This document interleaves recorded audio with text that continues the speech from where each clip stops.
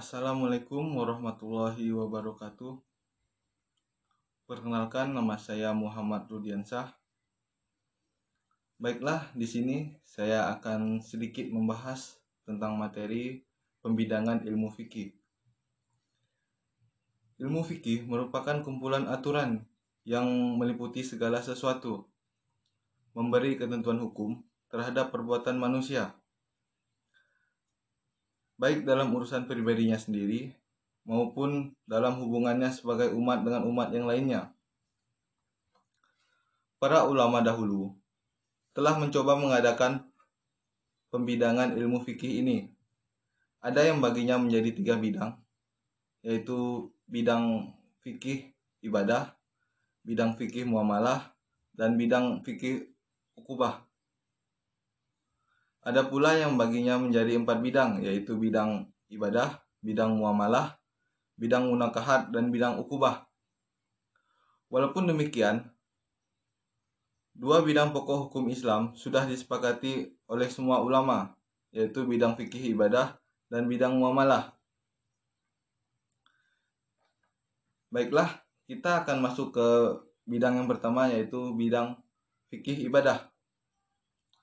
Fikih ibadah adalah ilmu untuk mengetahui hukum Allah yang berhubungan dengan segala sesuatu, baik yang bersifat wajib, sunnah, mubah, makruh, atau haram, yang digali dari dalil-dalil yang jelas. Sedangkan ibadah ialah segala sesuatu yang diridhoi dan disenangi oleh Allah Subhanahu wa taala, baik berupa perbuatan, perkataan, maupun bisikan dalam hati.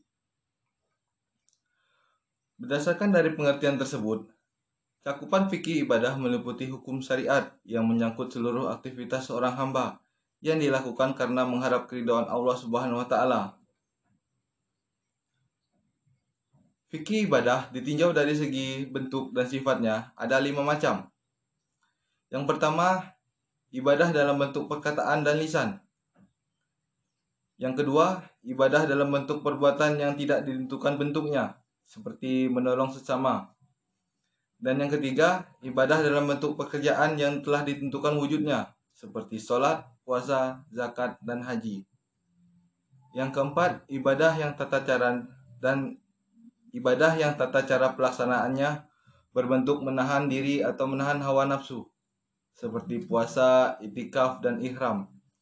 Yang kelima, ibadah yang berbentuk menggugurkan hak, seperti memaafkan orang yang telah melakukan kesalahan. Baik, kita lanjut ke bidang yang kedua, fikih muamalah. Fikih muamalah merupakan kata majmuk yang terdiri dari kata fikih dan muamalah. Secara etimologi, fikih berarti paham, mengetahui, dan melaksanakan. Adapun kata muamalah yang berasal dari bahasa Arab semakna dengan kata al-mufa'alah, yaitu saling berbuat. Kata ini menggambarkan sesuatu aktivitas yang dilakukan oleh seseorang dengan orang lain dalam memenuhi kebutuhannya masing-masing.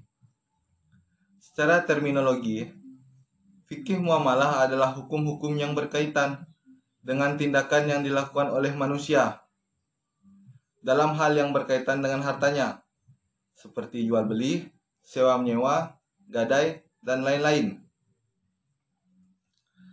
Bentuk-bentuk fikih muamalah meliputi yang pertama adalah bidang ahwal syaksiyah. Bidang ahwal syaksiyah yaitu hukum keluarga yang mengatur hubungan antar suami istri, anak, dan keluarga. Pokok kajiannya meliputi fikih munakahat, fikih mawaris, wasiat, dan wakaf. Yang kedua adalah fikih muamalah dalam artian sempit. Bidang ini membahas tentang jual beli. Dan yang ketiga adalah fikih jinayah.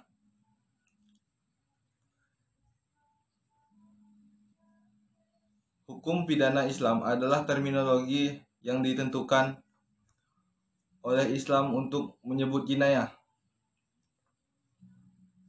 Istilah hukum berasal dari bahasa Arab, yaitu dari kata hakama yahkumu hukmun, yaitu mencegah atau menolak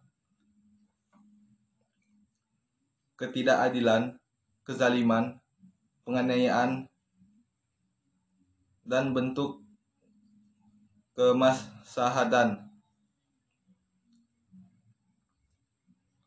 Pengertian hukum pada dasarnya adalah apa-apa yang difirmankan oleh Allah Ta'ala yang berhubungan dengan perbuatan yang dibebani hukum dan dituntut pelaksanaannya. Yang keempat adalah bidang qada. Fikih qada ini membahas tentang proses penyelesaian perkara pengadilan.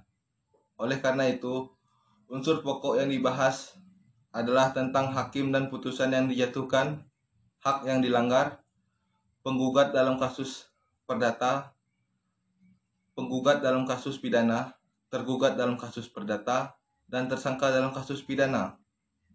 Selanjutnya, pembahasan antara lain syarat-syarat sebagai seorang hakim dan hal-hal yang berkaitan dengan hakim.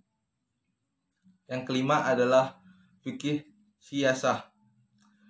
Kata siyasah berasal dari kata syasha, berarti mengatur, mengurus, dan memerintah, atau pemerintah, politik, dan pembuat kebijakan. Pengertian bahasa ini mengisyaratkan bahwa tujuan siyasah adalah untuk mengatur, mengurus, dan membuat kebijakan atau sesuatu yang bersifat politik.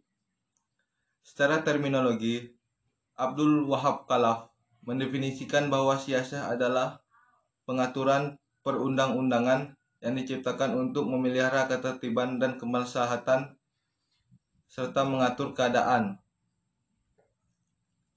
Baiklah, mungkin sekian pembahasan dari saya tentang pembidangan ilmu fikih. Mohon maaf jika masih terdapat materi-materi yang kurang lengkap. Wassalamualaikum warahmatullahi wabarakatuh.